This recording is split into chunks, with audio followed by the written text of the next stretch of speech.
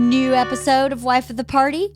This is with a longtime fan favorite guest with my and Bert's business manager, Leo. He's also, I think, a friend. And another friend of ours who's been a podcast guest, Stephen Fromkin, asked if we would do an episode about investments. And I said, sure, I know exactly who to call. So I called Leo and we have a good conversation about investments. We talked about investments in the past on one of my financial podcasts with him, but we talk about only investments really in this episode, about what investments are, how to know when you should make an investment, how to invest in yourself. Bert and I do this awesome thing every year called a summit that talks about not only investments, but about investing in our marriage and our life together. And I thought it was a very good, helpful, informed conversation. So, Stephen, I hope you enjoy it. Stephen, if you have any further questions, let me know. But I hope everybody enjoys it. I love learning about everything. So I learned several things today from Leo that I'm going to have forever. And that's so great. So thank you very much for coming back every week. Thank you for all your emails telling me your thoughts and feelings about maybe what we've talked about or how my podcast is going for you or what book to read next for our book club. I love all of your emails. So please, I read them all, but I don't get to respond to all of them. But thank you so much for sending them. I definitely read every single one. Thanks for listening. Thanks for coming back. I hope you enjoyed this episode with Leo about investments. Listen, neighbors, it's gotta work. It does. Otherwise it makes your life crazy. It does. We got really lucky, I think, here because we have a big gamble. We have 6 neighbors and they're all very nice people and they're all completely different houses. You know, there's like one really fancy house and there's one brand new house and one really rundown house and then a couple houses that haven't been updated in a while but are well kept. And so... Well, my wife and I mean, it's just off topic, but my wife and I are doing landscaping stuff, right? Mm-hmm. And we have 2 neighbors because we're on a corner and we're in a cul-de-sac, or we're on the corner outside of the cul-de-sac. Mm-hmm. And so we share one property line that is on the side of our house and the other is on the back of our house. So the back one isn't a big deal. The one on the side of our house where we share with our neighbor, we went through this whole process of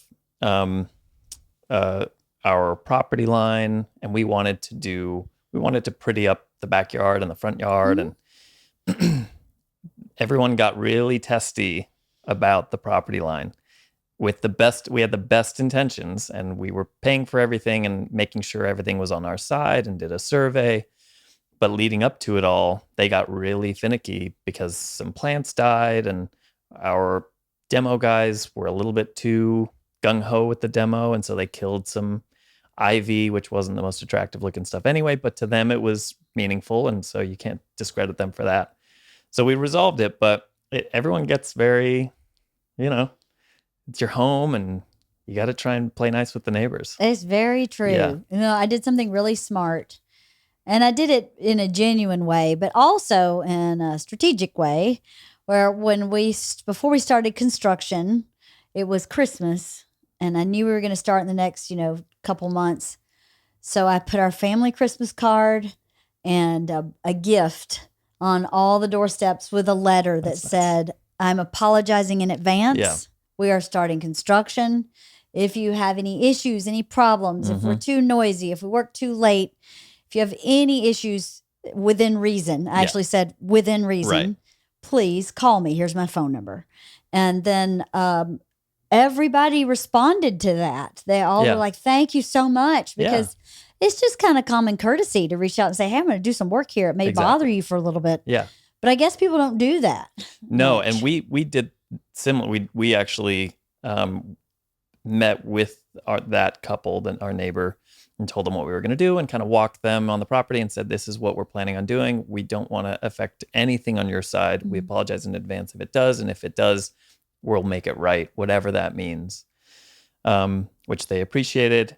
And then, like I said, once stuff happens, then tunes change a little bit because you get nervous that you're not going to from their perspective, I saw it as maybe they think we're not going to be the same people that we were when we were telling them we were going to make everything right. And Right. our intention is not to affect you, but sometimes you naturally do. But yeah, so, even sometimes when you do try and play nice, things get weird and then it gets back to normal. So yeah, It does. neighborly stuff. It's hard to keep in mind. I did when we did construction on the other house. I did the same note, but with Girl Scout cookies. I dropped off a box of cookies to all my neighbors, and I still got Grumpy George came over yelling at me a couple times because it's disruptive. It's terrible, and even though you know that it in the long run affects your property positively because you're increasing the value of your property, but yeah, it's tough. What's your reaction to someone coming at you that aggressively? Like, I don't know how aggressive it was, but if he's coming over yelling at you, he's aggressive. How do you react to that? You know what? Bert Kreischer is so much better at that than me. Really? Oh, yeah. I am fast to fight. So if you want to yell, I can do that. Yeah. No problem. You want to sling some mud?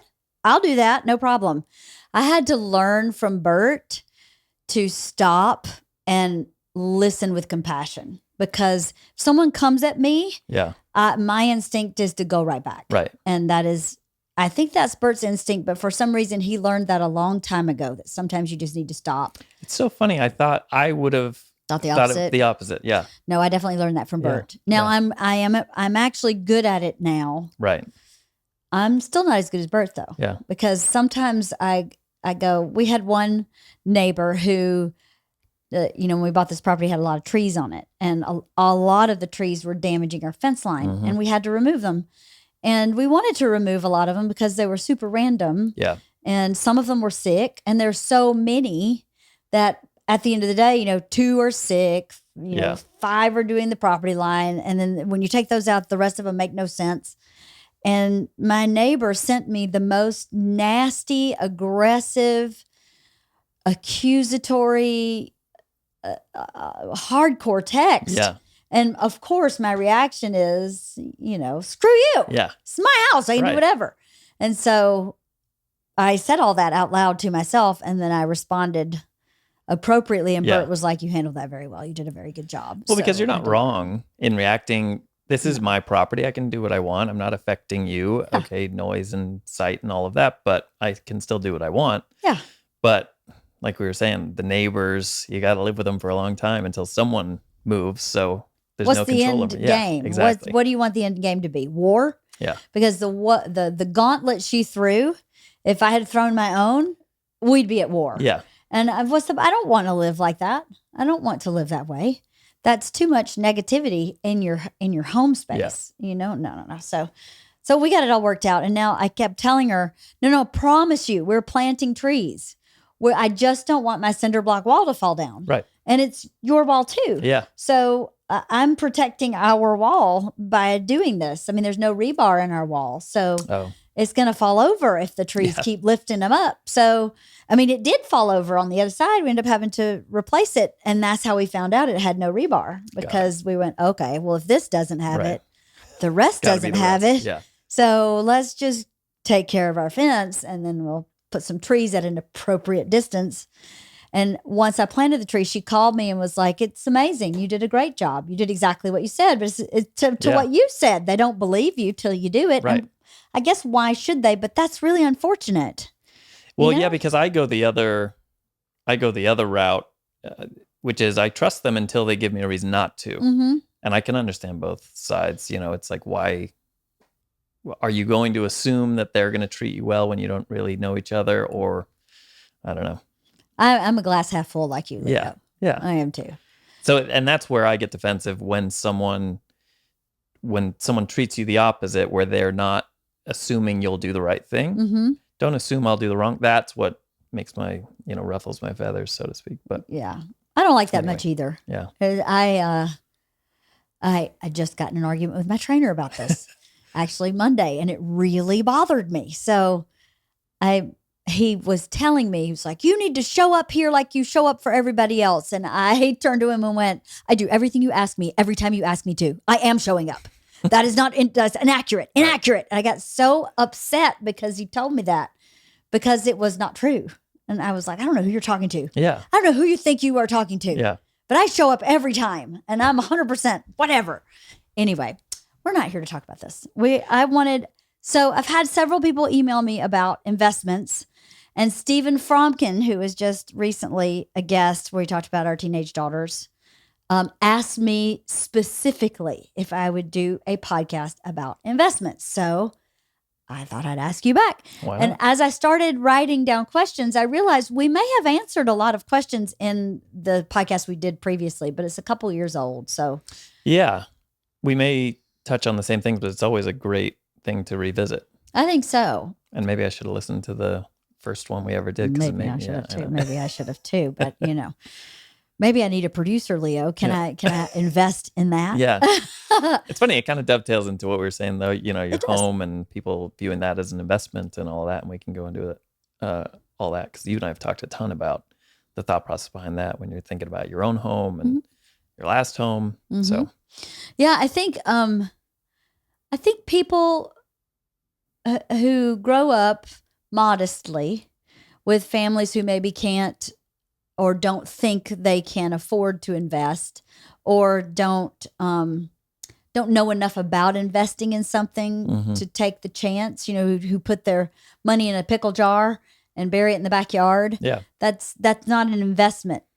It's a negative investment. It is, right. Because what I had to learn growing up was your money can work for you. You just have to be smart about it. Yeah. Right? So let's start really basic. What is an investment?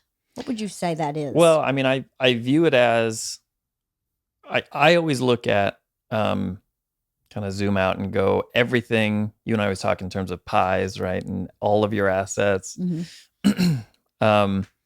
And go, okay, is your pie, which is all the assets that you have, whether it's cash or a home or a car, all of those things, put them together. How much is it? And if you had to put each one of those different types of assets, a bank account, a savings account, your house, if they were slices on the pie, how big are they relative to all of them? And are they relatively even slices, or are they, one slice is huge and the rest are tiny? And I always say, start there and try to think about having even slices and how do you rebalance your pie? Because if you have all your eggs in one basket, one giant piece of pie, it's not necessarily the safest. You may have it all in cash and you say, I have no investments. I don't own any property. Maybe I'm young, maybe I'm old. How do I change that? And why is it bad to have it all in the pickle jar or all in cash in a checking account? And I said it's a negative investment because inflation, everything gets more expensive. And if you only are sitting on cash and the world is growing around you and things get more expensive, your cash is worth less a year from now if it's the same amount. Right. Which is why, checking accounts have interest rates that are tiny and all of that to try and grow with inflation, but they're never going to. So an investment becomes anything that's going to help that money grow with time. And it can be, it's such a broad, when you'd mentioned doing a podcast about investments, it's so broad we can sit here and talk for days about all different types. So starting big and going, all of your assets first, how do they look? Are they even? And then start going, okay, what are my goals in life? Do I need to save for retirement? Which I think we've talked about before, maybe on that first one. So retirement can be a slice, and that's an investment. And there are all types of retirement savings vehicles. If you have a 401k through your work, or you set up your own IRA, and there are different types of IRAs. You can start saving early and it grows, and there are tax implications behind it, but they're all kind of to benefit you based on how you want your future to look for retirement. And then you may go, okay, another slice is going to be real estate. And maybe it's your own home, or maybe you want to own a piece of real estate to rent out because you're comfortable with that. Investments, I always try and steer you towards things that are comfortable to you. Mm-hmm. People always want to go into like the stock market and stock picking, and 2020 was a great example, or 2021 was a great example of like all the Reddit craze that happened, and the GameStop and wild things. I feel like everyone in 2021 kind of became wild about investing and thinking they were missing out on making a boatload of money, and everyone always brags about how much you make and never talks about how much you lose, Right. which is a big part of investing, Mm-hmm. which I think is a huge cautionary tale. I think we had a recent example in our lives where it was a good example of someone giving you stock advice Mm-hmm. that on its own seems great. Mm-hmm. And most of the time people want to share with you a good or a positive thing, or maybe an inside track or something you think is going to benefit. But it doesn't always work out that way. And someone may have gotten into something and now it's too late for you, but they shared it because they want to share this positive thing that happened for them. Mm-hmm. And I think there's a psychological tie to that for us, thinking we're missing out. Mm-hmm. And sometimes it makes you get in on it and then you lose money. Right. It's just this scary dynamic that I think emotions and psychology plays a big role in. Yeah. So that was a lot. That was a lot, but that's okay. Well, I think I have a couple things to say. Yeah.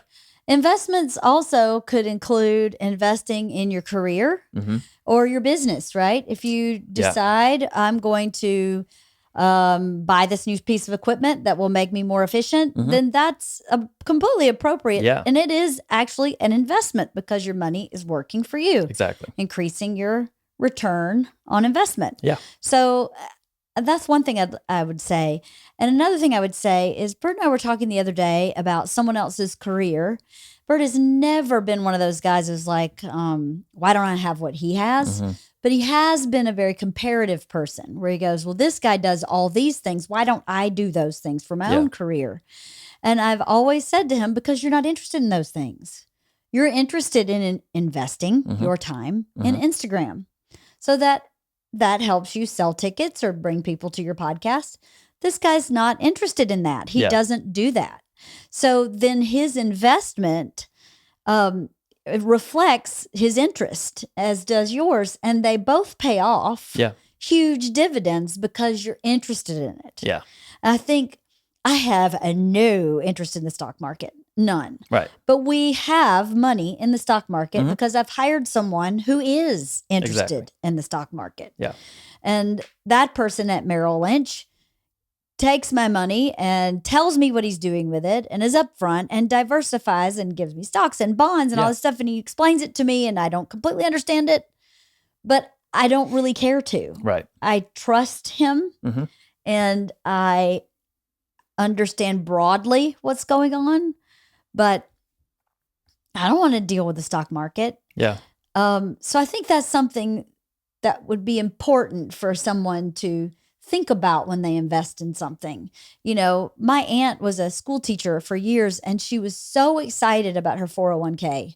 Like that just excited her so much because she's obviously a lot older than me. When I guess they just started during her employment. Yeah. It was a new thing.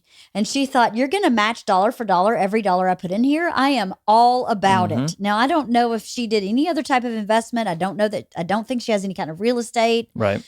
But she invested in that 401k. And when she retired, she was a millionaire. Yeah. And because she got really focused on that thing that she was really interested in. You know? Yeah. Well, it's so exciting. I think everyone can relate to seeing a number grow, your bank account or your checking account grow without you having to do anything it's just fun and super rewarding. And the retirement thing I couldn't preach more about. Saving for retirement is huge. I think you have to be mindful about what you're willing to accept, especially when we're talking about the stock market, because it goes up and down every day. It's different. If you're the type of person that looks at it every day, you have to be able to kind of stomach that and be ready to feel it go down and up and down. retirement accounts, I say, just look, maybe it's quarterly Mm-hmm. and look at that statement quarterly or log in or however you do it. And some people do it annually, and that's great too. Mm-hmm. But being able to stomach and go, I'm in it for the long game. So yeah, it may go down. If you looked at the stock market over the last 50 years, if you zoomed all the way out, it's almost a straight line up, almost, right? Mm-hmm. If you zoomed in on any period in there, I mean, it's just a You'd be bouncing line. Yeah, terrified, terrified. So I think that's a big, kind of wrapping your head around investing. But you hit on so many things when it comes to the global concept of investing in yourself and decisions that you have to zoom out, like we're saying, zoom out and think about, what do I want, this to be in 5 years or 10 years. When I first met with you and Bert, I think the big thing that he kept talking about was podcasting. Mm-hmm. And we talked about then devote your time and invest your time into podcasting. Mm-hmm. And how do you do that to make it a success? Which is a great example Mm-hmm. of, you don't just have to invest dollars into something. Sometimes it's energy and time, because at the end of the day, a big, some people are in a fortunate position where their money can work on its own for you, and that affords you a good living. But for the majority of us, our hours spent, we make the most money with our own hours. Mm-hmm. And that normally has the most impact on our savings and future and all that stuff. But because we work so hard with that, it is, why wouldn't you want to put the fruits of those labor to then work for you? Mm-hmm. Because we work so hard for it. Something that your company did when we first met and have done over and over again, I think is so important, because I think a lot of people are really scared of investments Mhm. because they don't know where to start. Right. So what you guys did was to say, what do you want your life to look like? And go from there. Yeah. So do you want to own an RV Mhm. and spend your summers in an RV? Then that's a priority for you. Yeah. And then you should invest in that dream, because when you invest in that dream, I think it creates positive energy for you to make money other places or become creative investors in other areas. It inspires the whole kind of positive energy turbine that is your life. Yeah. And I always thought, oh, we can't really think about that right now. Yeah. I mean, we just got to pay our bills, because when we first met you, we were just barely paying our bills every month. And that was another thing I think we did that was very smart, is we thought, I think we're given this misconception culturally that we are supposed to know how to do everything. You're supposed to know what to do with your money. You're supposed to know how to raise your kids. You're supposed to know how to, have a career and shop for groceries and do your laundry and be sexy. And you're supposed to be able to do all of this. Yeah. And it's a complete lie. So some things you do really well, other things you don't. So I managed our money for years, and I did an okay job. In that, I think we you did were a great always, job, but- well, thank you. We were always moving forward. And that was my mark of success. Yeah. Is that we were never sliding backwards. We were always moving forward. But I knew that I didn't know enough about money to be able to maximize our money. And I'm talking about, we were not making that much money. So I don't want anybody to think that I'm talking about, we were making $2 million and then, no. We were just barely out of breaking even when we hired someone to say, how do we make everything work better, work smarter? You had decisions that you, I think, inherently knew you could do, but either it was the confidence to do it, whether it was the details behind it and how to actually make it happen. But, simple concepts like you knew you had equity in your home, but you wanted to improve your home. Would it make financial sense either to pull money out, or how do you make the improvements because it'll increase the value? Mm-hmm. How do you do that and still keep paying the bills, keep everything afloat? Was that even possible? Who would approve it? Mm-hmm. What's the paperwork? That decision, that was a big one kind of right off the bat. Mm-hmm. That after the fact, you went, I'm so glad we did that. Mm-hmm. but I never would have been able to do it. You would have been able to, but it just would have been much harder. Yeah. And it probably would have come with some mistakes that is inefficient. Right. So it just makes the process where I'm not interested in that. Right. I'm interested in other pieces of our life. Well, and that was a big part of it, is the amount of hours that you got to spend doing all of the other things. Right. You got to manage that project. I did. And make it the best project and get the most out of it that way, and let someone else do the part that you're not going to be efficient. Right. And it's not going to be the highest and best use of your time. Right. I love that concept, which is spend your time doing what you're the best at, Mm-hmm. because that will make you more money than perhaps you'll spend in hours or actual dollars doing the other thing that you're inefficient at. Yes, that's the thing. I think I wasn't raised to think like that. Right. I wasn't raised to think like, pay someone to do it, and then I've got 2 extra hours to make money. Right. That ends up paying the person to do that. Yeah. That's another way of investing in your own time, sort of, is you're giving yourself more time by hiring someone to do something they're interested in. You love your job. Yeah. It is obvious that you really love and enjoy your job, and you're really good at it. Yeah. So I'm happy to figuratively write that check every month. Sure. And I can't tell you how many people were like, you're paying a business manager? You guys don't make enough money to pay a business manager. He's not making any money.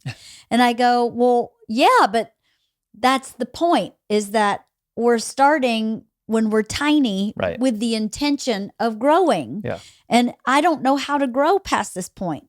So I'm willing to have someone grow with us, and then we both benefit when we get to the end of the line. Not the end of the line, but when we've reached our goal, now we're both winning. Yeah. So you're right. I mean, the first year you worked with us, you made like $5. It was not even funny. Right. Or Bert kept going, that's kind of foolish business model on their end, don't you think? And I went, no, because if they do their job really well, we're here forever. Right. And that's the goal. So you're really good at your job, and that's very obvious. So why would we ever leave? It frees our life up to do so many other things. And it's wildly rewarding to be a part of that process, by the way, from my perspective. Wildly rewarding. Like to be sitting here in your podcast studio Right? it feels amazing. And back to your point about spending your time and dedicating it to the things that you want to do or that you're good at. Circling back to the very beginning of our conversation, I can dig a trench and I could fill it with concrete and I could stack blocks to build a wall on the side of my house, but it would take me forever, and I wouldn't make money doing it. Right. And I would be spending a way more time than a crew of 2 or 3 guys that can get it done in, they could probably do it in a couple days, but they somehow drag it out to be a couple weeks, which is their business model, I guess. Right. But anyway, relate that to anything in your life. Absolutely. You could do it. Is it worth your time doing it? And I weigh those things. It's either an investment in your experience in life and your knowledge, and you go, you know what, I want to learn how to do this so that when I hire someone, I know what they're doing and I can speak their language.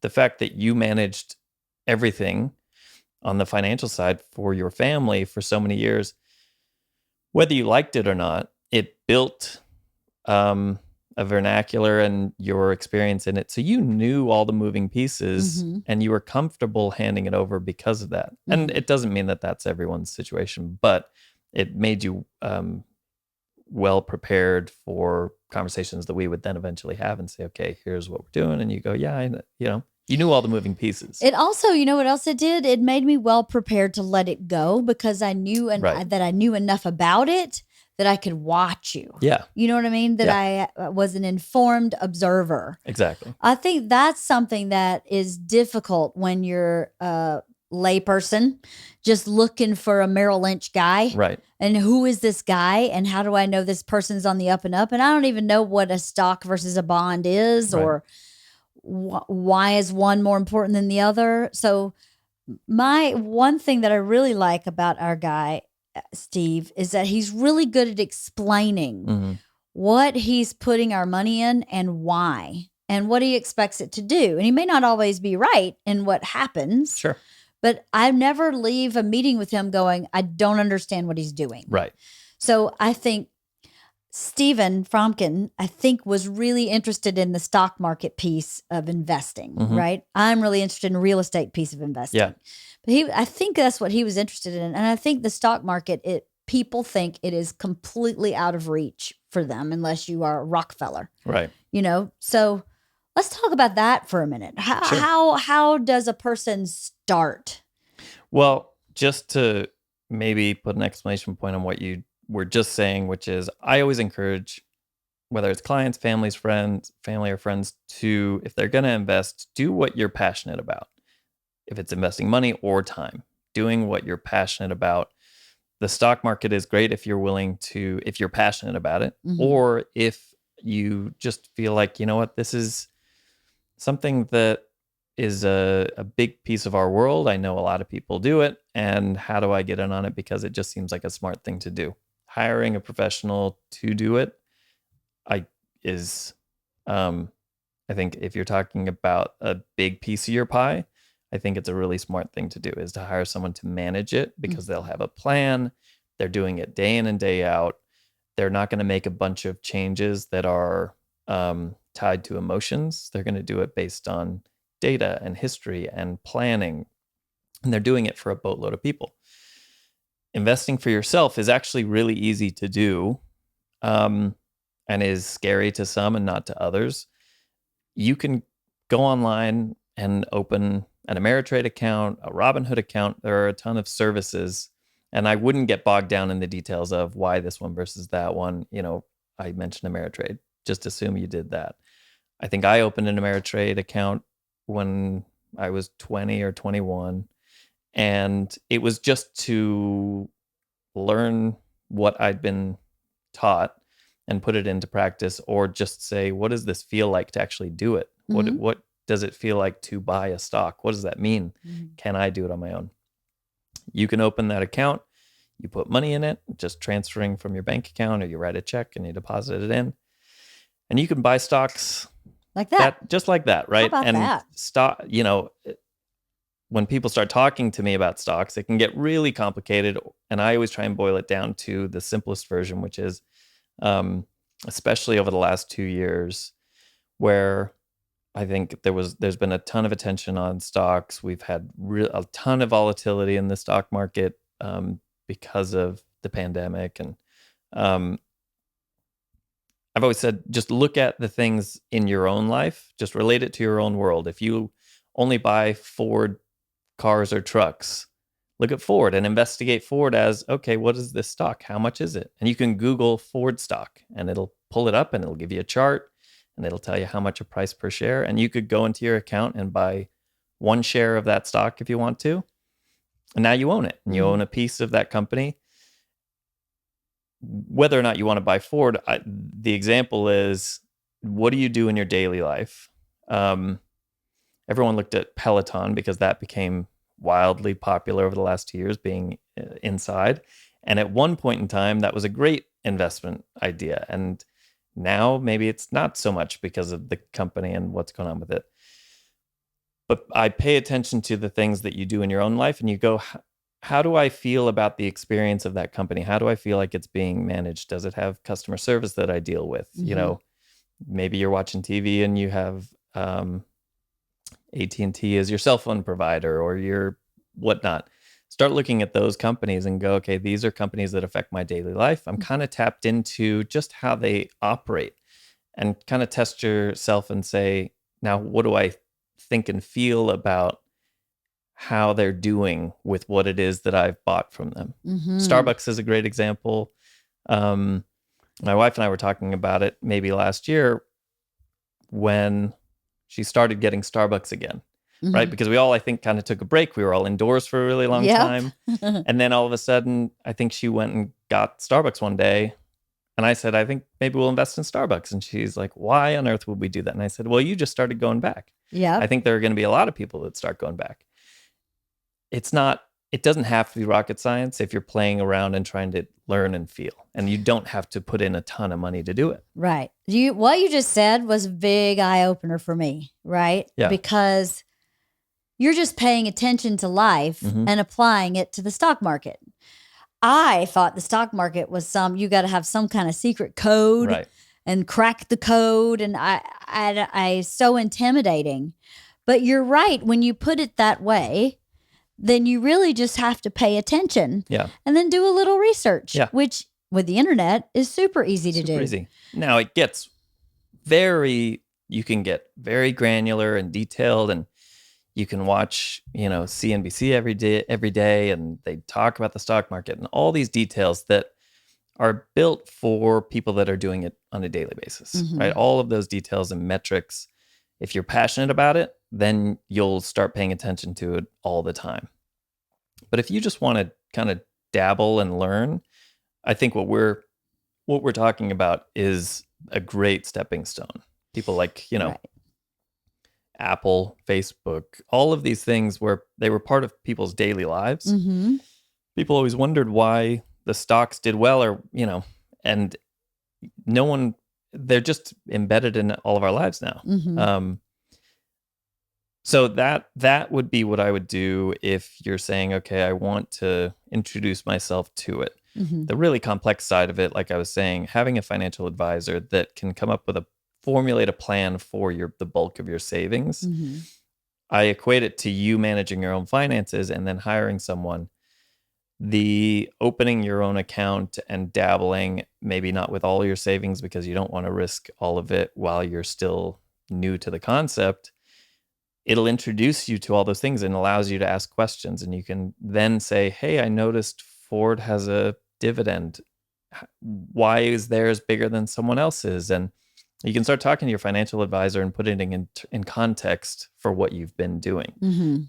Because when you open that account, you start seeing things like dividends from a company. You see deposits come in and you go, I didn't even know I'd be receiving money that way. I just see the account grow and diminish based on the values. You start going, oh, okay, now I see I've gone through this cycle. I've received money from these companies. Now I understand that when a financial advisor maybe starts talking about interest and dividends and building a portfolio for you that generates a certain amount of income for you every year, and they're saying we're going to build it based on dividends and interest, it's because it can be mapped out based on what they invest in for you and how much those companies are already saying they're going to pay out. Right. Again, it can be really detailed, but if you get yourself familiar with some of this stuff just by saying, great, liquid death, can I invest in liquid death? Or whatever it is, something. I say, look in your fridge and look around your house. And those are companies maybe you should investigate whether you want to invest in them. It's time again for my podcast sponsors ad. I love this sponsor. They were my very first sponsors. I'm so proud to have them. It's Manscaped. I love Manscaped, and Valentine's Day is coming up. So if you're looking for something to give your significant other for Valentine's Day, anything from Manscaped would be great. They have the weed whacker that's for ears and like nose hair. They have the lawnmower, which has a light on it, which is kind of brilliant because in undercarriages, there's not a lot of light. So that lawnmower is the best thing ever. Chargeable, awesome. I think it's water resistant as well, which is great. They have great shampoo and conditioner for men. They have great body wash that I use. I love their body wash. I just got a new big bottle and I love the scent because it's kind of an ambery, smoky scent. And I love it. They also make ball wipes. They have underwear. They have all different kinds of things you can buy for your significant other for Valentine's Day. If you're interested, and I think you should be very interested in giving your significant others a Manscaped item or 2 or 4 for Valentine's Day, you could use my exclusive offer and go to manscaped.com and insert the code WOTP for 20% off plus free shipping. Great gift for Valentine's Day. Anything you buy from manscaped.com is going to be a hit, believe me, for you and for him. So if you go to manscaped.com, We have an exclusive offer for 20% off plus free shipping when you use the code WOTP. Get 20% off and free shipping with the code WOTP at manscaped.com. That's 20% off with free shipping at manscaped.com and use the code WOTP. Gift his Cupid an arrow from Manscaped this Valentine's Day. ShipStation saved me over the holidays. No joke. We gave some people on Bert's team an item that was late in shipping, like everything is from all over the world during our COVID experience of receiving shipments. So I had to, in a mad dash, get literally, I'm not joking, 80 packages in the mail in 2 days. ShipStation made this so easy because all the packages were exactly the same. So I already had the dimensions and the weight. I just had to make sure everyone's address was correct and push print on the shipping. Peel the label off and stick it on the package and drop it at the post office. It made life so easy. I don't think my holiday would have been doable without ShipStation. I can't say enough good things about their company. We use them for all of our online merchandise purchasing. This is how we ship. If you go to bertbertbert.com and buy a t-shirt or wifeotp.com and buy a mug, we ship that to you through ShipStation. We've used this company for years. So I'm super excited to have them as a sponsor because it's a product we've been using for literally years. We have our own postal scale. I never go to the post office because I ship everything. I print all my postage out here and just drop it in a blue bin or hand it to my postal carrier. And it's just the easiest thing ever. So ship more in less time with ShipStation. Use my offer code WIFE to get a 60-day free trial. That's 2 months free, no hassle, stress-free shipping. Just go to ShipStation.com, click on the microphone at the top of the page, and type in WIFE. ShipStation. Make ship happen. This is a new company new to us, called Cuts. And they make men's t-shirts, Henleys, polos, hoodies. And what's special, there's 2 things I think that are really special about these particular clothing items. One is they developed their own fabric. It is the best fabric. It's like soft, but still kind of heavy. So you feel like you're wearing a shirt and not just like wearing some kind of little soft, little billowy thing. It has some weight to it. So you feel like you're wearing a shirt. It's also cut in a more modern cut. So you don't look like a man doesn't look like he's wearing a square. It's kind of a trendier cut shirt, but not tight. It's just the perfect cut of shirt. So you could wear this t-shirt. I would say Bert would wear this t-shirt to dinner. You could wear the t-shirt, out anywhere you want and dress it up if you wanted to. You could wear it with a blazer. You could wear it, depending on your business, probably to some business meetings with a nice, button down on top of it. But I love the quality of their fabric. It's just so soft and still so kind of substantial at the same time. Make your next gift the best ever with Cuts clothing. Also, that comes in this nice box. It's like a nice black box. It's a great way to present something, especially for Valentine's Day. If you get this great hoodie with a Henley and put it in this fancy box, you're done. You're done for Valentine's Day. So get 15% off your first order by going to cutsclothing.com/wife. That's CUTS clothing.com/wife for 15% off the only shirt worth wearing. Right. That's a really great way of looking at that. Yeah. I wonder I think I know this, but I'm asking the question because if I'm not sure I know it, I'm sure a lot of people aren't sure they know it either. So how does my Merrill Lynch guy make money? Well, they charge fees. And it's like I said, from opening your own Ameritrade account or Robinhood account, the details are buried in fees. And if you get charged a fee, whether it's $5, $10, $15 per transaction. So if you go buy one stock, is Ameritrade going to charge you $5 to buy that stock? Mm-hmm. That's why it's good to know, but maybe not getting bogged down in the details early on because it's a cost of learning. Mm-hmm. But, let's say Ford is a $20 stock and it costs you $5 to buy it. Okay, $25 is going to come out of your account to buy that one stock. Mm-hmm.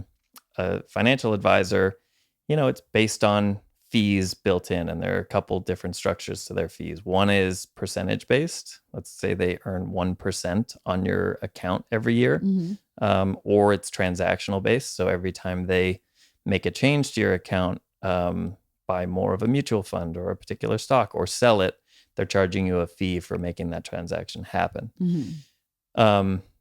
You could argue one way or another which one's better or worse. I think a lot of financial advisors now are leaning towards like a blend of the two, where it's a smaller percentage, but there's also some transactional fees included. Mm-hmm. Some of it, if they're working with big mutual funds, their fees are on the back end, so you're not getting charged, but they're benefiting from you working with some mutual funds. Mm-hmm. And so they're, Merrill Lynch works with particular companies. And so, there's benefit to that. And there's, it should flow through to all their customers too. Not that it's a bad thing, but, Right. Everyone has to make money in whatever it is that they do. And it's just about who sort of carries the weight in it. Right. So, being mindful about that would be a part of the conversation with any financial advisor. They'll be upfront about how it is that they get paid. But they have to, right? Yeah. They're so very.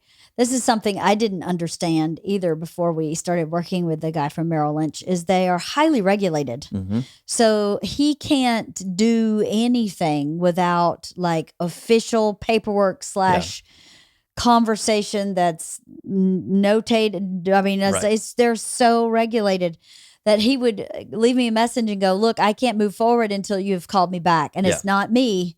You've got to call me back because I don't ever want to talk to him. He's a lovely guy. He's the nicest guy." Yeah. But I'm like, I always get very overwhelmed by the conversation. And he doesn't do anything to make me feel overwhelmed. Right. It's just overwhelming. And so I avoid talking to him because I'm like, I don't know anything about the stock market. Just do it. Yeah. But he can't just do it. You have to officially say, yes, you can buy this stock. Yeah. Or yes, you can change this from a stock to a bond. Or yes. So they are just so highly regulated. I think people get really scared of all the Ponzi scheme and the wackadoodle stories you hear, but that is not the norm. Right. That's not the norm. Even with business managers, I mean, people were like, they just rip you off. And I'm like, but I bet you there are a lot who don't. Yeah. They don't. And so something else you said, I did not grow up with the belief system that you spend money to make money. I grew up with the belief system that you sit on every acorn you come across and don't let anybody take it. So if that guy's charging you 1% to run all your investments, he's definitely ripping you off. And I had to change my paradigm because that's not how I was raised. And, sometimes when you're raised very modest, financially very modest, you just kind of, that extra 1 or 2% is a lot. And it's hard to look at the marathon and not the sprint, and to know this may cost me a little now, but by the time I get down the line, this will be really good. Yeah. I think that's hard for some people to wrap their head around. Well, there's the two extremes. Some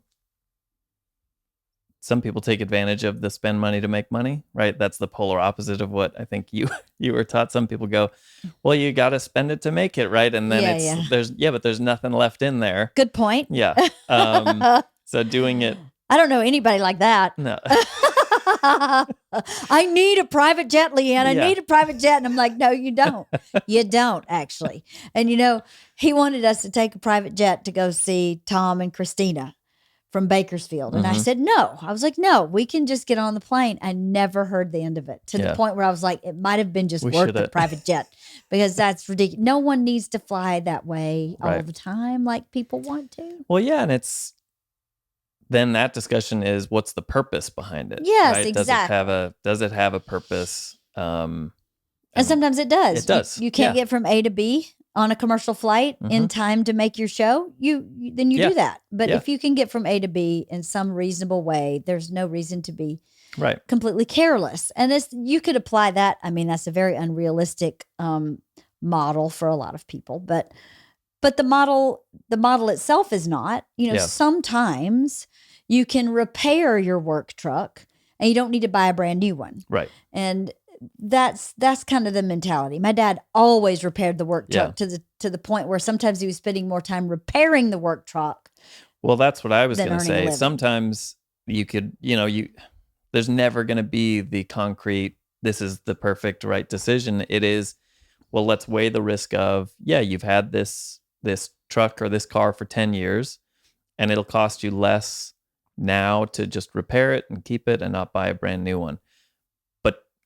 Let's say you missed a meeting because it broke down and it was a really important meeting, and did that cost you money? Or, maybe that's an extreme example, but it's a version of, can you put yourself in a scenario where not being able to rely or depend on this and spending the money to make sure you are home from a tour so you spend more time with your family, is the cost of that worth it? Being home the night before versus the next day? Or is it worth potentially missing a meeting or being late to work? Or, we all have our examples of that. So that's a big conversation that I have with a lot of people, which is it worth spending the money?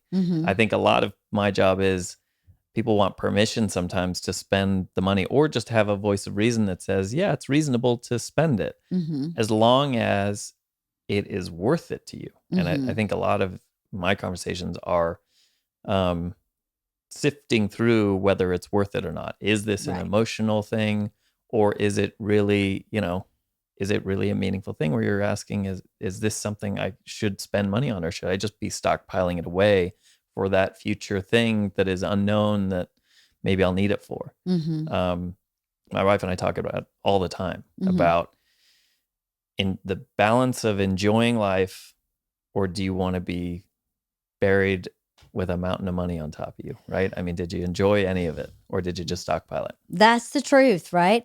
And another piece of that, I think, is maybe not a piece of that, but something that I've started to think like now that I'm older. I think when you're young, it's hard to wrap your around something like a 20-year payout, right? When you're 20 and someone says, in 20 years, this is going to double in value. You go, 20 years? I have to wait 20 years? Yeah. But as a 50-year-old, 20 years is not that long. Right. And so something I would say is that things that I would never have thought would have been a good idea, because of that long-term investment, I now have a completely different perspective on, because we were talking about buying a piece of property, and someone was giving us their opinion, and we're like, why would you want to do that? I mean, I did the same thing, and it took me 20 years to triple my money. And I went, did you hear what you said? Yeah. You tripled your money in 20 years. I'm not sure the stock market could triple your money in 20 years. I'm not sure that anything other than real estate could triple your money in 20 years. So really, that's an amazing investment. You just have to know that that money is there for 20 years. Yeah. And it's not as long as you think, especially if it's something. I sat on the plane next to this guy coming back from Texas. He was the nicest guy. He and his wife were coming home to California from Argentina. They travel every year somewhere globally. And he had to be in his 80s. He was very, very old. Or not very, 80s, not very, very old, but he was significantly older than me. And he just wanted to chat. I mean, just wanted to chat the whole time. And I was happy to do, but he was a retired police officer. And he was a detective, actually. And what he did for his money, for his investment, he has a pension. He knew that was coming his way. But he started buying small houses and remodeling them in his spare time, because that was what he was really interested in doing. Yeah. And, police officers work like 12-hour shifts and they only work 4 days a week. So he had 3 days off. So he'd spend the two days remodeling these houses, and they became rental houses. And he had all these small houses all over Southern California that he rented out. And then when he retired, he said, when I was retired, I don't have to do anything for the rest of my life. Yeah. But he ate that elephant kind of one bite at a time. Yeah. And he said, our goal always was to spend 4 months a year in Idaho and 8 months a year in California, and had a little prop plane, and we flew it from here to there. And I just kind of felt like I was tinkering in an area I was super interested in, knowing that this was an investment in my future. And she was like, I enjoyed every minute of it. So I thought that was such a great story. Great story. And I think it's a good opportunity to talk about real estate and properties. Yeah. So I think that's a big part, and something you and I have talked about a ton.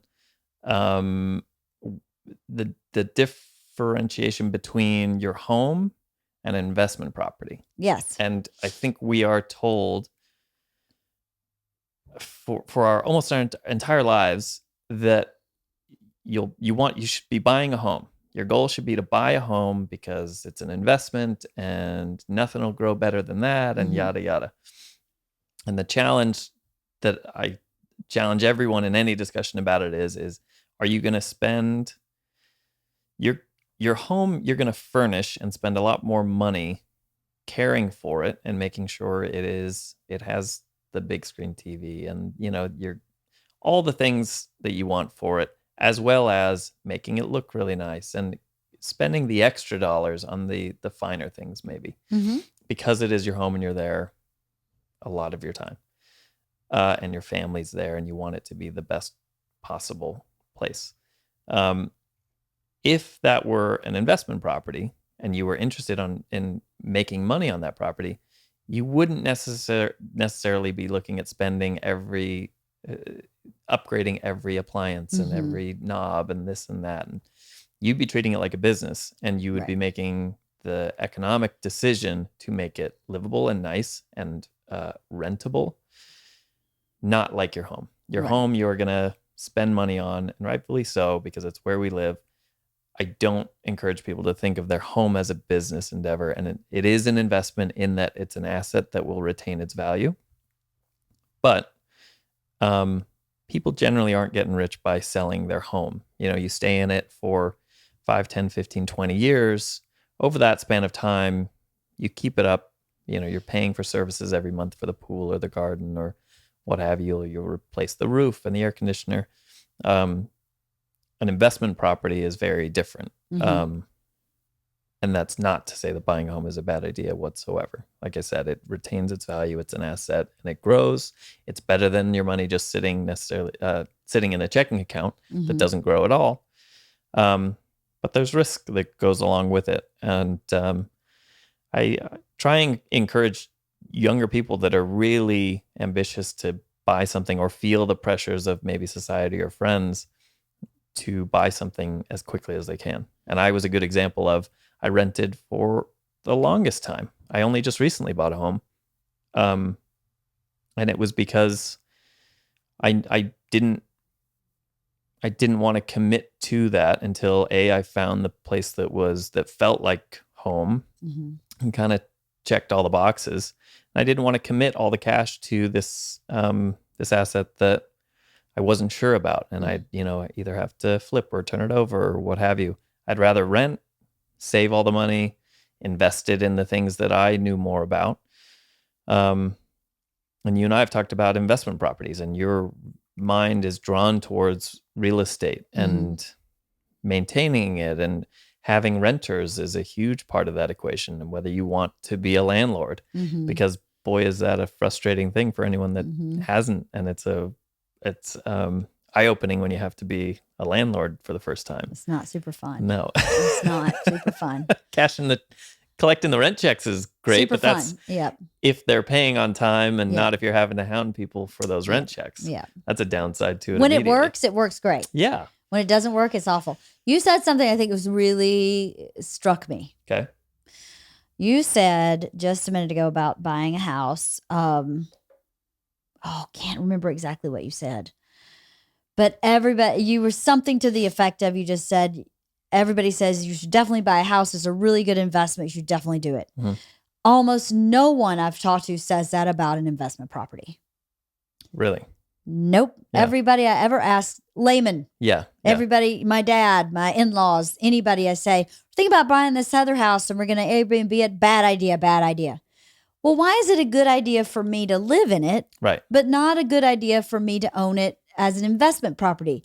If real estate is a good, solid investment, why isn't it a good, solid investment as an investment property? It is, right? Yeah. I think it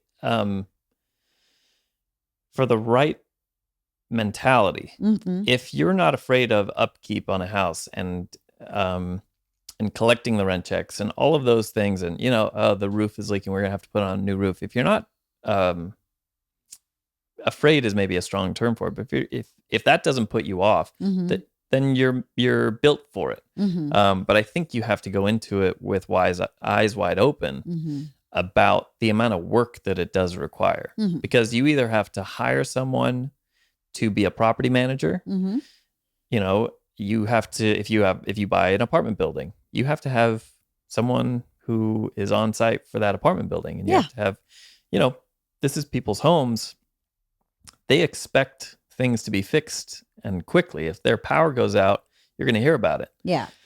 If there's an issue, you're going to hear about it, because no one wants, equate it to your own home. You don't want to put up with that stuff. So I think you have to be ready for the work that goes hand in hand with it. It's not to say that I think people expect a free ride or for investments just to be like, well, I bought it and isn't that enough? Yeah. It doesn't just happen on its own. It does take work, but is that extra energy and effort from your part? Are you willing to give that up for this investment? And that's why, like I said, investing, I think, is you not only putting money into something, but your time and energy. And so it has to be something you believe in or are willing to put the time and energy into. Otherwise, you're going to hire someone to manage it for you. And it may cost you money to make money, but that's not a bad thing either. Well, the truth is, making money does cost something. It costs money or time or effort or energy or work. Money's not for free. Yeah. And I think I thought investment money was kind of for free. Right. Like when I put it in Merrill Lynch, I don't have to think about it anymore. That's not true. I have to talk to my Merrill Lynch representative. I have to make decisions. I have to approve decisions. There's still management of that. And I have to pay him his fees. So it's not anywhere you turn. If you buy real estate, then you have to manage that property on some level. Even if you buy a piece of land with nothing on it, you still have to pay the property taxes and keep the land safe and maintained to some extent. So that's work and time and effort. I think it's a different mindset to think, if I'm going to start investing in something, it is still work or cost. Well, you and I talked about talking to younger people about being prepared for life and the financial aspect of life. And a big part of that is going into it, being ready to roll up your sleeves and go, it takes effort. Doesn't mean it's the hardest thing in the world. It just takes effort. And I think a lot of us are either fearful of bad news or fearful that we're going to get caught, that we don't know what we're doing. And we're all in the same boat. Some of us have jobs that equip us for a very specific area, and some of us are just blind to it entirely, and that is okay. You can hire people, talk to people. I mean, I come across maybe people that are a little bit rigid, but I've never encountered a financial advisor or a business manager that are just flat out going to call you stupid and make you feel dumb for not knowing what you're doing. Right. So, but I think what we're saying is effort is required to kind of map out your plan and decide what you want to do. And then you have to do it. The retirement example is great. as little effort as it seems to require, it takes a couple phone calls a year and, making those decisions with somebody. You also have to dedicate yourself to saving that money and putting it in the account. And while that seems like a simple thing, it's why things like your employer will set up your money being automatically withdrawn from your paycheck and going into that retirement savings. Because a big barrier for people investing is the fact that they either have to write a check. There's just eliminating those extra steps to getting it to the place it needs to be for it actually to get to work for you. Right. Stock market is a great example as well. You have to, if you're doing it on your own, you have to sit at that computer or at your phone and you have to click buy or sell, or you have to research that company. When you hire somebody, they're doing all that for you. Sometimes they've already made that decision. A lot more planning has been put into it. It's more thoughtful because they're doing it for a lot of people. There are big implications. It's their livelihood on the line about whether they get those things wrong for you. Right. Which is great because it holds people accountable. But you have to write them that check to go into that account that they're going to manage for you. And you have to take that phone call. And so there are little pieces of work that are required. We all want to hit cruise control and say, great, I've set it up and everyone's going to do everything for me. And now I don't have to do anything. And that's just not going to be the case ever. Maybe for like that 1%. Right. For investing. No, not the case ever. It is like a little management job. You still have to manage it just like everything else. I think something that's really important too is you always help us understand what our goals should be, right? So we don't set unrealistic goals or we don't set goals that are too modest. Right. Something that's achievable, but not crazy. Right. And I think when you have that goal that's very clear, then it's so much easier to achieve it. Yeah. If you're unsure, then you don't do it. You flail. Yeah. You don't do anything. You just kind of flop around like a fish until you figure it out. And then most of the time you don't ever figure it out. Yeah. Well, and I always like the thought process of maybe don't set financial goals in terms of there are going to be big benchmarks that maybe you set for yourself. I think when you start working, you start thinking, okay, when I make X a year, when is that going to be in my life? And that'll be that's going to change everything when I start making that number. And you might find that you hit that number, whether it's sooner than you thought or right when you thought, and you get there and you go, oh, okay, I've reached it. Now what? I didn't think beyond this. Right. And part of our conversations are always what's the next thing? And then let's put in the benchmarks of getting there. And what are the objectives we need to hit to get there? And always be kind of going, okay, and what are the next building blocks on top of that? What is the end game? I think it's foolish to think that you can say, here's exactly what I want when I'm 55. This is what I want. Because you may reach it sooner and it's very deflating to go, oh, well, now what? Yeah. So setting goals is great. I caution you from setting these financial benchmarks that are tied to that's the accomplishment. Right. It's great to cheers yourself when you look at it. I always just say, look at it. Maybe it's once a year that you look at your pie and your plan and you go, cheers to us. We did this. All right. We're on that path that we set out for ourselves. And we don't really necessarily know where it's going, but we knew this would then lead to the next thing. Right.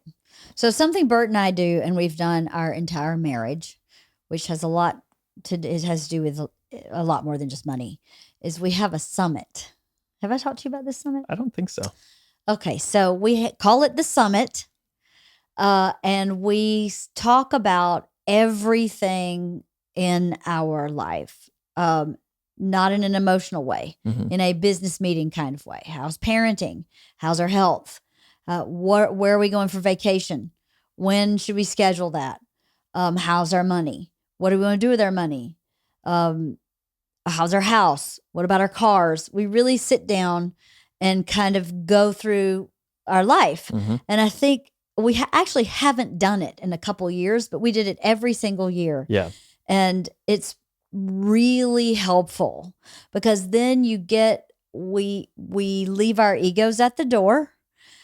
I don't think we've ever had an argument in these summits.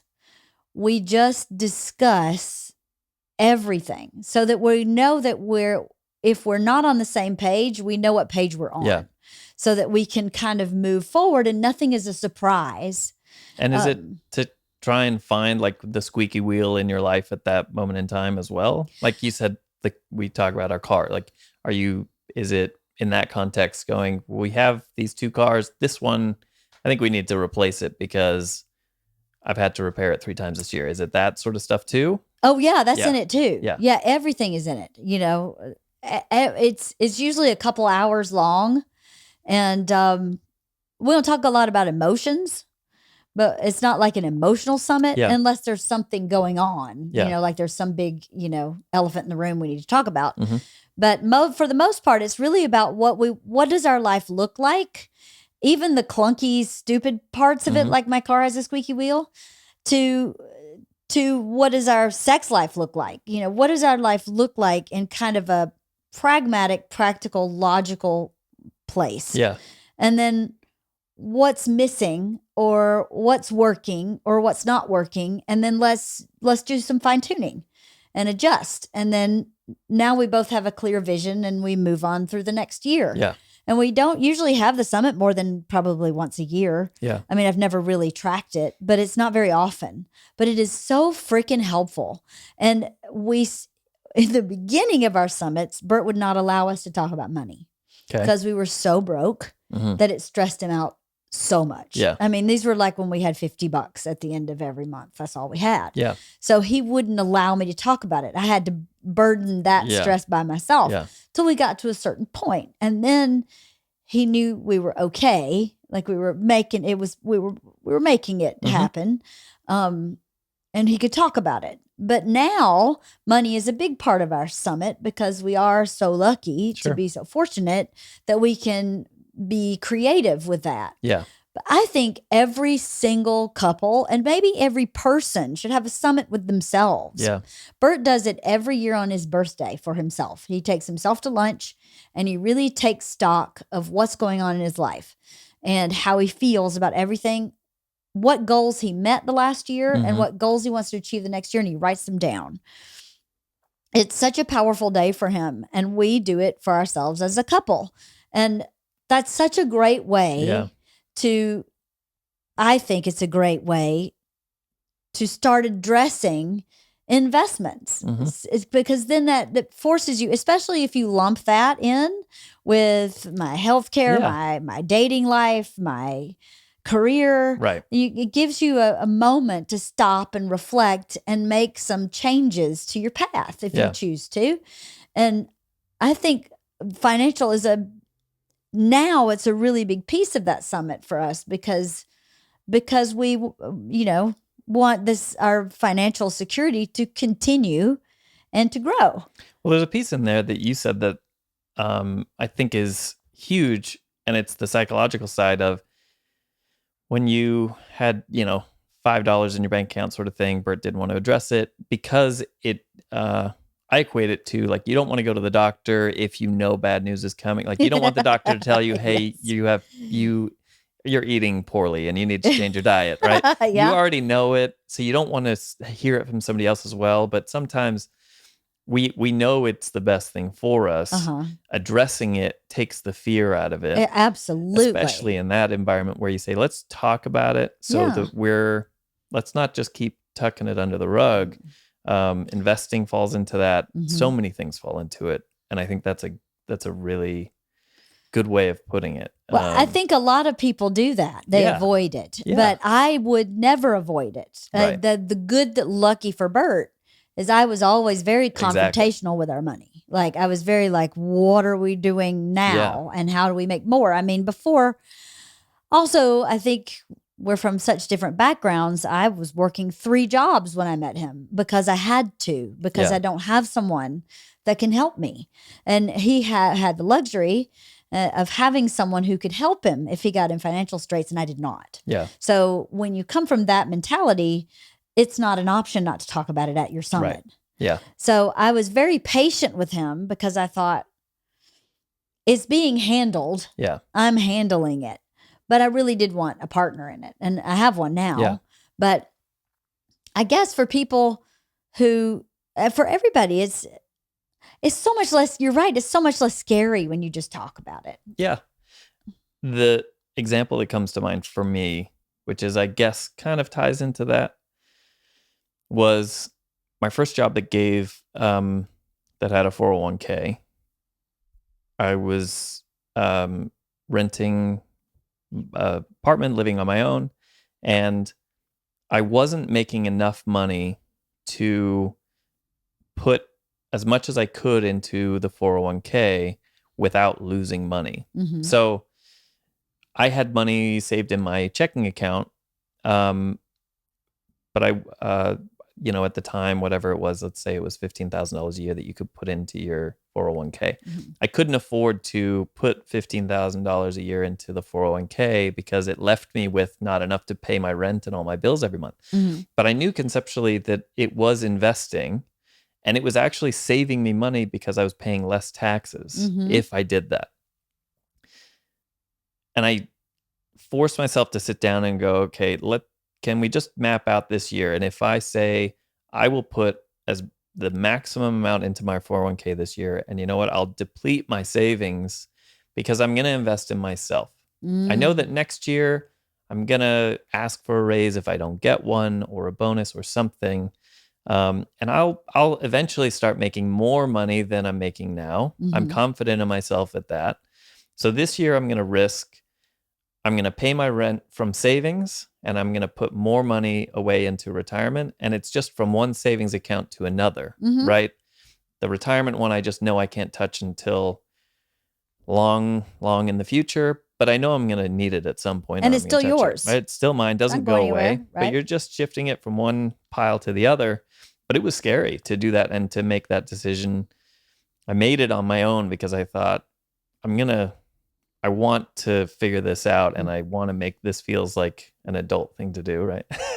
But that kind of situation, I think, is one that a lot of people are in, where you go, similar to you with the house and wanting to refinance, and you know that it's the thing to do, but you need either a vote of confidence by talking to someone or whatever it is. And that was, I think, my moment of like a summit with myself to say, okay, force yourself to sit down and go, you can do it. It's a little bit scary because you're betting on yourself, but in the long run, it worked out. But that was also your ability to see the marathon, exactly, not the sprint. Yeah. And I think we look at, like, when Bert and I were first married, yeah, but I only have $50. I only have $50. Can I tell you something? In the beginning, when the girls were born, when we only had $50 at the end of the month, we really had $100. But I put $25 a month in my daughter's savings account. Yeah. As I thought, I can't sleep at night not putting some money away for my kids. Yeah. And $25 a month is what, $400 a year? Right. It's nothing. Yeah. But it was something. I felt like at least I was doing something. And now I still haven't increased my $25 a month. Right. That moves every month to both their savings accounts. And obviously we could afford to give them more than $25 a month, but we also aren't worried about their security for their future. Yeah. So that little tiny piece makes you feel like you're investing in yourself or investing in your future. It doesn't have to be $5,000. Right. It just has to be that little small shift. I think that's true too with the first time you invest in the stock market. It doesn't have to be $5,000. It could be like, what, $200, $50? Yeah, it can be. I mean, it can be anything. I think, like what you said at the beginning, one bite at a time, right? That is the way to do it, because it really starts adding up, and it's really rewarding to check back on it every now and again. If you look at it every day, it's like results from the gym. If you look at yourself after you work out really hard, if you worked out, one day a week for 7 hours, and and you stand in front of the mirror after that 7-hour workout, you probably aren't going to notice too much of a difference. But if you work out an hour a day, 7 days a week instead, Mm-hmm. and you take a picture of yourself a month later or whatever it is, you're going to notice a difference. Right. But if you look at it every day, Right. you're not going to feel like it's really making a difference. Right. I think you're right. Investing is a marathon sport. It's not a sprint. And anybody who makes a lot of money really fast is either super, super savvy, really, really lucky. One of those two, I think. I don't think that's the norm. And I think people think that it's the norm that you just know everything you're supposed to do on the stock market and bam, you've just made all this money in overnight. And it really doesn't happen that way. It is a slow build. It is a marathon, not a sprint. Same with investing in real estate. And in a lot of ways, the same in investing in yourself. Yeah. Like you just described, going to the gym for an hour a day, 7 days a week is an investment in yourself that's slow and painful. And, but you see results at the end of the day. Yeah. And be wary of comparing and listening to someone talk about their successes in investing. It's a shame because we all, I think, get sensitive, thinking that we're not doing enough or someone's doing better than us, and you compare. And psychologically, I think it's damaging because you may see someone buy a big house out of nowhere, and you think, wow, they must have done really well. They must have done something that I didn't do. And it may have been a slow burn for them for a really long time. And they may not be in a different situation that you are, but comparing, or if someone gives you, some story about this great investment they made and it really paid off. And then you go, I don't think I have anything like that in my life. I'm not even giving myself the opportunity to do that. You don't know if they also lost in a really big way. Not a lot of people share about, hey, I lost a bunch of money because I invested in this stock or whatever, or someone asked me for some money to invest in their company and never saw it again. Or, it's I think it's a dangerous thing to do to yourself, to listen to that stuff and then think, oh, that's what I should be doing. Yeah, totally. I agree. So I agree. I think this is key. Yeah. If you don't get in the river, you can't swim with the fish. So if you don't invest anywhere, anytime, and you put your money in a pickle jar and bury it in the backyard, you're not going to be swimming. So, but if you put $5 in the river, you're still in the river. Yeah. You're still swimming, not to worry about it. It doesn't have to be the same river, right? Someone can be investing in the stock market or real estate, or your own business is an investment, your own time. Don't get caught up on one specific road path to whatever it is that you want in your future. It is, where is your energy best put? And take it that way. What are you interested in? So what do you think what is the biggest mistake people make in investing, do you think? I know you're not an investment advisor per se, but I think it's like we're saying, I think a mistake people make is assuming that someone else has the magic wand, the magic solution. What are you investing in? You seem to be doing great, so I should just follow your footsteps. Give me the magic answer. I think I get asked that a lot, especially during the last couple of years. It's, what stock is the right stock to invest in? And I go, well, the stock market, there's not one magic pill. On one day, Peloton was a great investment for someone, and on a different day, it was a terrible investment idea because it's ebbs and flows, and it depends what. So if you look at it in terms of that sprint, a lot of people feel the hurt, and if you look at any of that investing as the marathon, then it works out a lot better. But I think the big mistake is getting caught up in trying to get that magic piece of advice from someone and not wanting to put in the work. Right. Learning and investigating and putting your energy into it. I think you're going to win 99% of the time because you're educating yourself about it. But that's the scary thing that we don't want to do. We don't always want to go, yeah, but I don't want to, whether it's go to the, I don't want to put in the time at the gym. I just want to be skinny naturally. Now. Yeah. Well, guess what? Some people have that luxury. Sure, yeah. And some people don't. And you can't, I was just talking about this actually about my body. I work out really hard 3 days a week. I am not a super strict healthy eater, but I don't eat like McDonald's every day. Right. I'm somewhere in the middle, and I'm still a little thick in the middle. Guess what? Genetically, that's not a big shock. Yeah. If you look at the women in my family, not a big shock. Right. We all get a little thick in the middle at a certain age. Mm-hmm. Half of that's hormones. Not a damn thing I can do about it. Yeah. I can't do anything about my hormones. And I can't do anything about my genetics. So I can spend my life looking at Paulina Portskova on Instagram going, how is she only 5 years older than me and looks like better than my teenage daughter? Yeah. How? Or I could just go, this is where I am. Yeah. And what I have is $100 at the end of the month, and I'm giving half of that to my kids. Yeah. That's where I am. I think that is key to almost everything, not just investing, to everything in life. Yeah. Is to be where you are and Exactly. be okay with that. Yeah. And improve yourself if you wish, and in the ways that are realistic. Yeah. Well, I love your summit concept. It's a good one, right? Yeah. Well, and just be open and honest with yourself and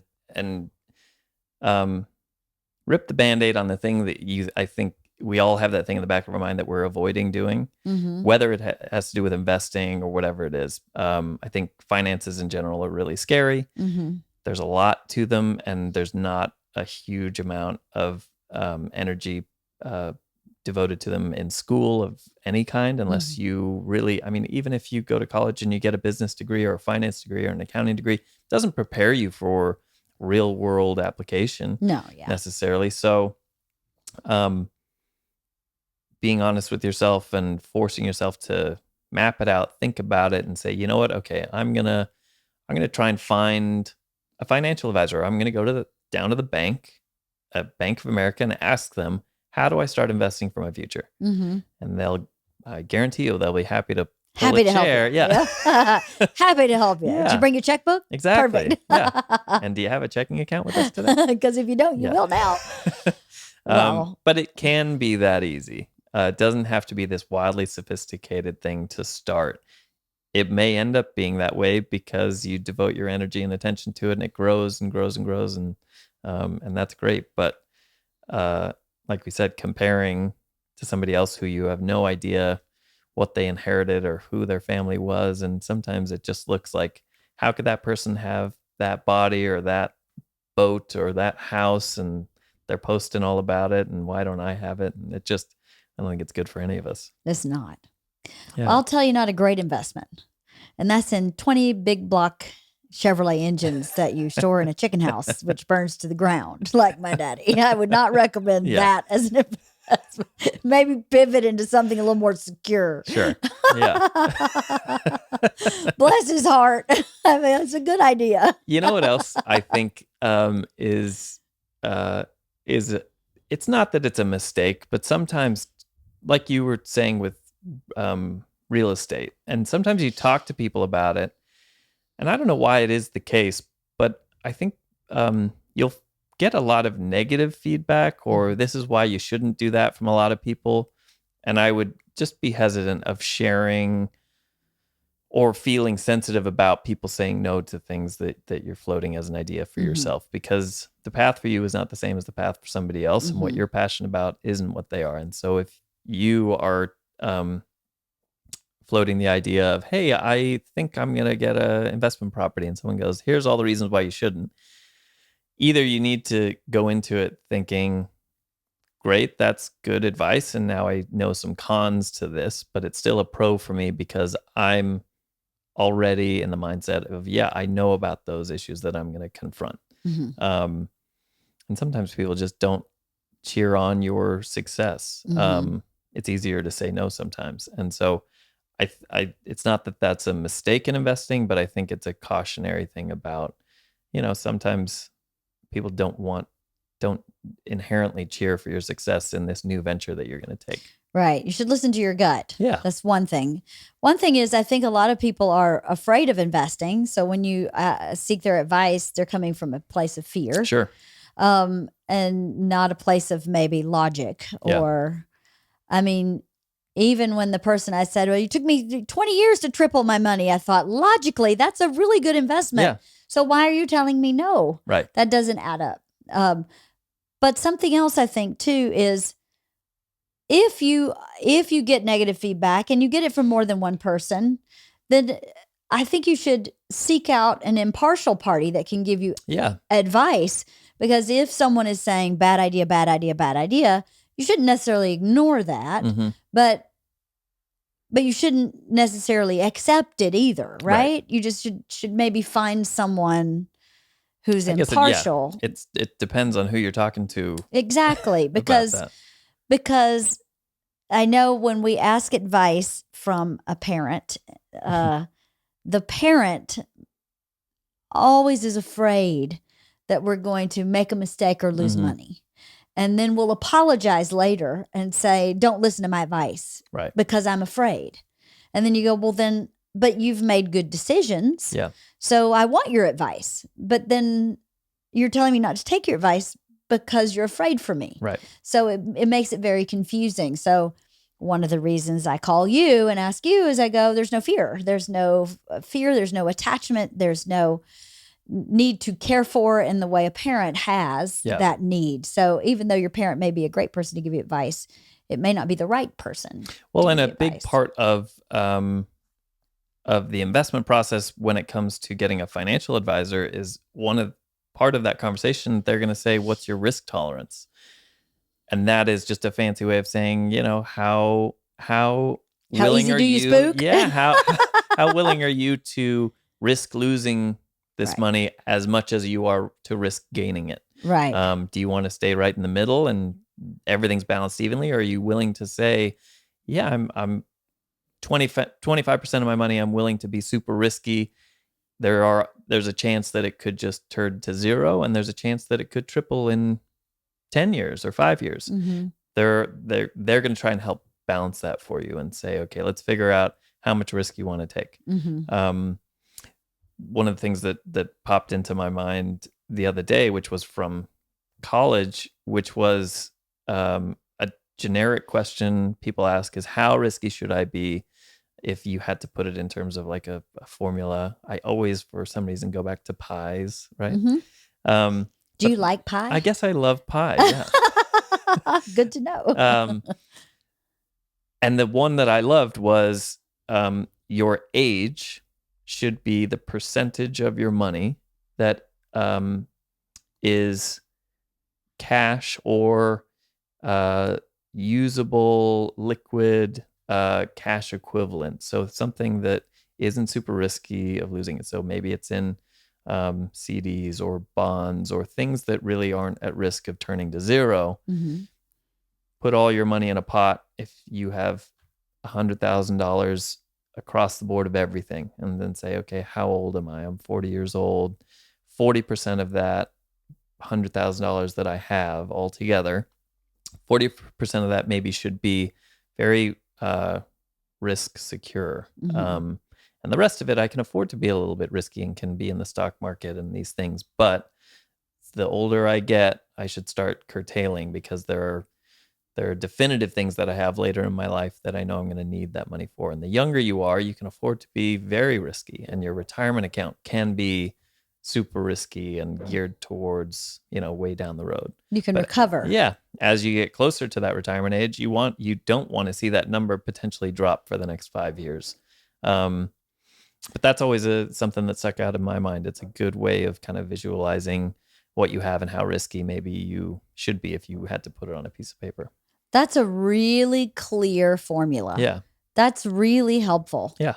That's really, really helpful. Got any more tidbits like that, Leo? That's a great one. I don't know. I love that one. That's one that always sticks out in my mind. Yeah. And I think it's a good, at any point in your life, you can kind of look at everything and say, whoa, I have too much. I don't have enough here. Or maybe I have too much cash right now. Maybe I should be trying to figure out where to put it. And it doesn't mean you have to be wildly risky, but it does mean, if you are that 40-year-old person and you've got $100,000 and it's $100,000 sitting in your checking account, you can go, oh, wow, I guess maybe I should be, take half of it or up to $60,000 of it, whatever it is, and figure out where to put it. And maybe it's just in CDs. I mean, again, it's doing something with it. Right. But I hopefully gives people a little bit of confidence to go, oh, okay, I can start carving things out. It's a gauge. Yeah. It's a gauge. That's a great gauge. You should discuss it in your summit. Yeah, exactly. Well, what else? Anything else we should say about investments? Boy, it's so vast. I feel like we could do a part 2. It really but is I think vast. we hit a lot of big ones. Like I said, the one that always sticks out, aside from that little tidbit, is always the home conversation and the investment in a home and the amount of pressure society puts on us to buy a home. And I would just say that shouldn't be the biggest stressor in your life about trying to find that. I mean, we have so many, paying for weddings and all these big things that I think seem unachievable, especially for the younger generation that is starting to work and starting to try and save. It all looks kind of impossible. And I know we're in our microcosm of Los Angeles, but I think across the country and everywhere, it's the same sentiment, but it does feel a little bit impossible with everyone that I speak to about how on earth are we going to afford all this stuff? And it's one bite at a time. It's one bite at a time. It is, because I never thought we'd be able to. Right. The first car we bought together was a Ford Expedition, and I thought, we're going bankrupt. There's no way we're going to make this monthly payment. There's absolutely no way. And we did. Yeah. So you just have to trust that if you keep building, it will build. Yeah. But if you keep tearing down, it'll just keep tearing down. I think people have a hard time living within their means these days. Credit cards make it very easy to live outside your means. Yeah, that, and like we were saying, closing your eyes because you're afraid of what the reality is, or that you don't know enough. Just try and be you have to be the most active person in your own financial life. No one's going to take it over for you if you don't hire them to do it. So that's right. Yeah. That's very true. And you have the power to, Lisa, my friend, was here yesterday podcasting. She is an incredible story in that she was married for a long time. And when she divorced, she found that her husband hadn't paid their taxes since 2014. Yeah. And he hadn't paid any of their utility bills or car payments or any kind of bills. Luckily, she inherited her house from her parents, so her home was safe, but hadn't paid a dime of anything for years. Wow. And, she's responsible for that debt. Yeah. So she set some goals and just ticked away at it, just tick. And 4 years later, she's totally straight with everybody. It took her 4 years, but and she's 52, so she's older. This could happen at any time, but you can do that same exact thing when you're 20. Yeah. If you find yourself in a lot of debt, you just kind of compartmentalize it and go, how do I get rid of this?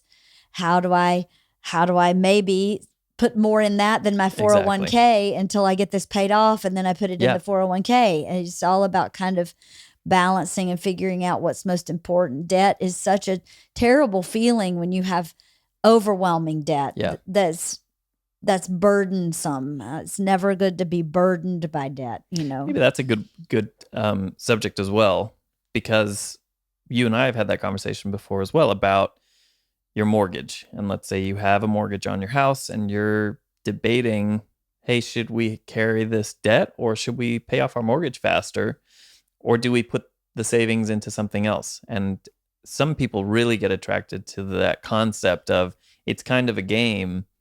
If your mortgage rate is 3.5% and you can go invest, and as long as you can beat that rate, taking out of the equation any, tax deduction for your interest that you're paying on your mortgage, but just across the board, even if you can go put your money and make 4% on your money, instead of paying down your mortgage, that's 3.5%, you're making that little 0.5% there.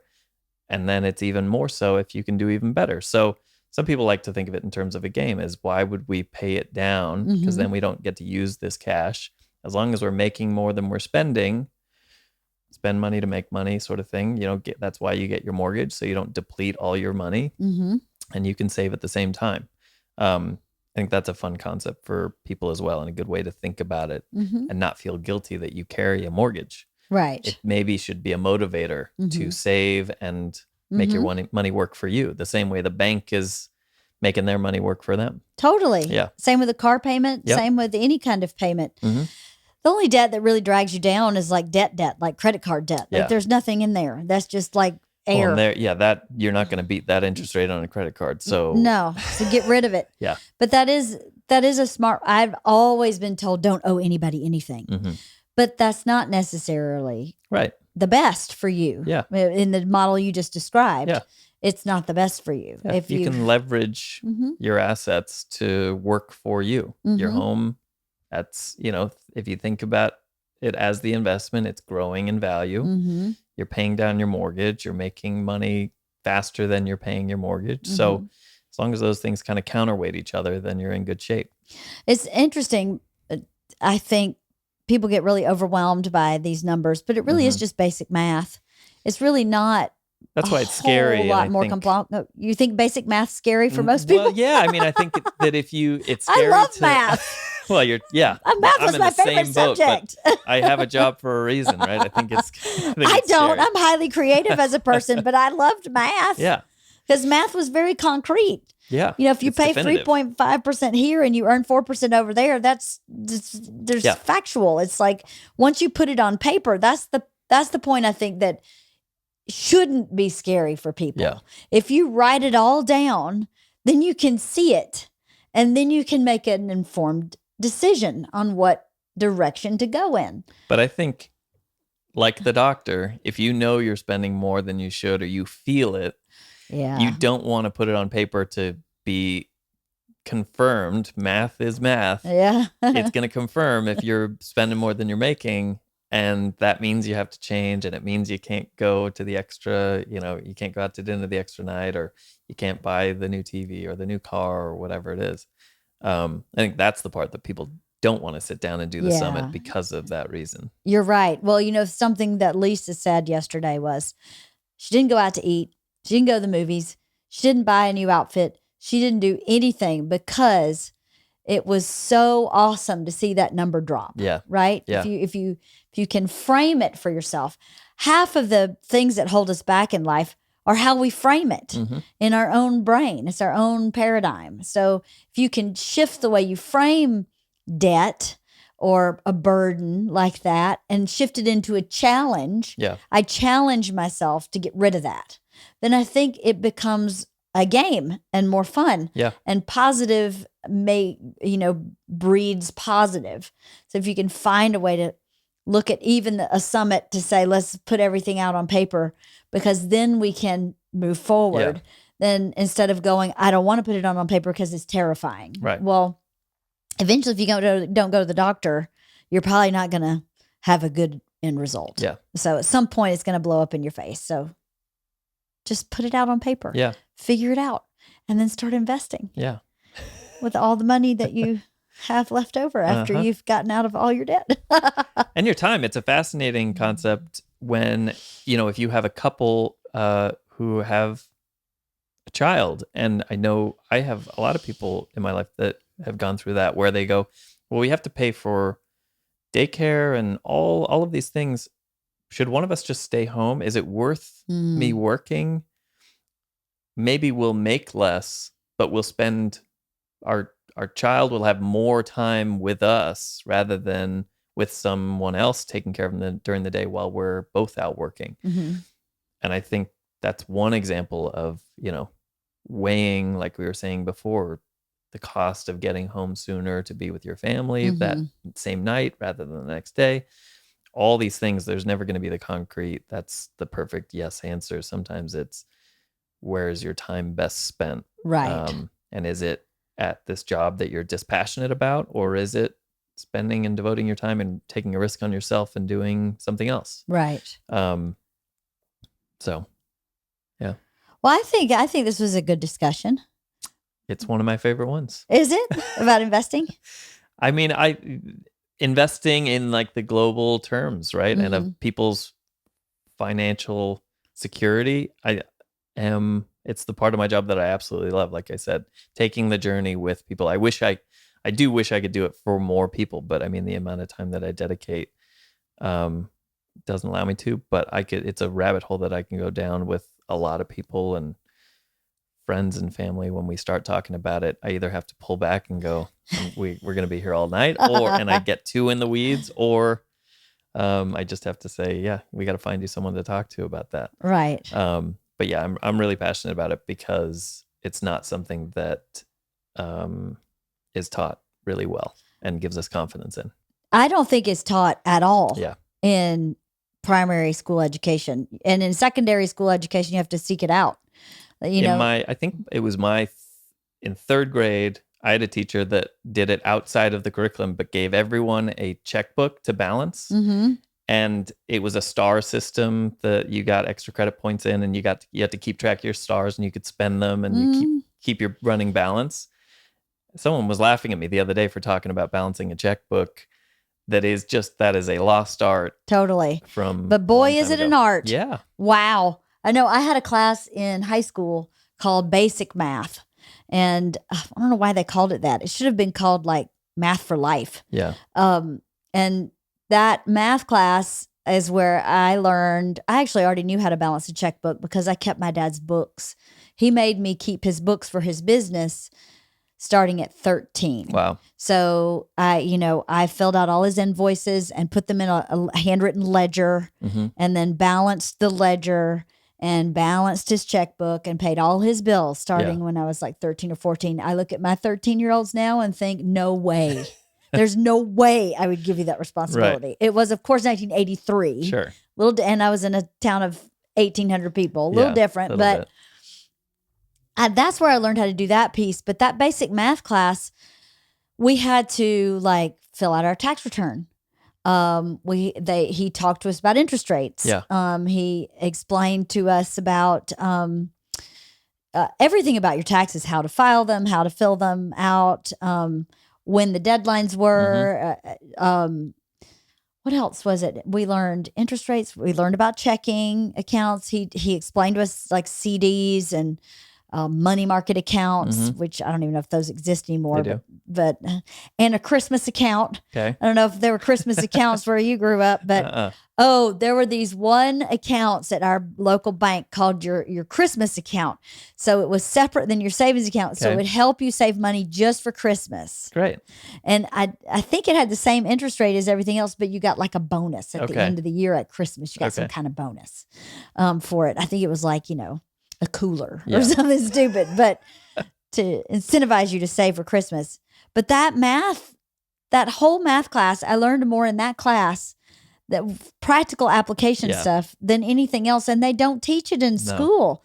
I know one student that's at a high school here locally that has a class that sounds exactly, and she's so excited about that class. Yeah. She's one of my Girl Scouts, and she's like, I can't believe they're teaching this class. I feel like it's the best class I've ever had in my whole high school. And they don't teach it anymore. It's a real bummer. Yeah. I think you're right. I think it is not discussed enough, so it becomes very kind of scary. And it's not supposed to be scary. It's supposed to be empowering. I think that's the part of my job that I love, is when people do gain the confidence in everything that they have in their life and they're empowered, whether I'm a part of it or not, but just being empowered and confident about what it is that they're doing. Right. A lot of what I do is empowering people to say, great, you've hired someone to handle this side, so you can be confident and dedicate your time to that. You're going to benefit from it. Right. And there's a version of that for all of us. Right.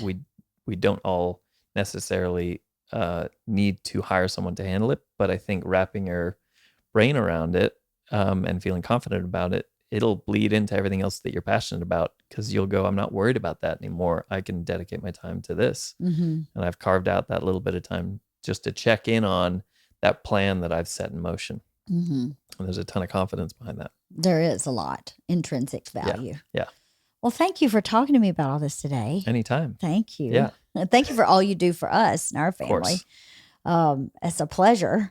I know I always say you're the most valuable teammate, because I can call you about anything and ask you any question about anything. And I do value your opinion. Well, I appreciate that every time you say it. Well, It puts a thank big you. old smile on my face. Thank you, Leo. Well, thank you for having me. Of course. Yep.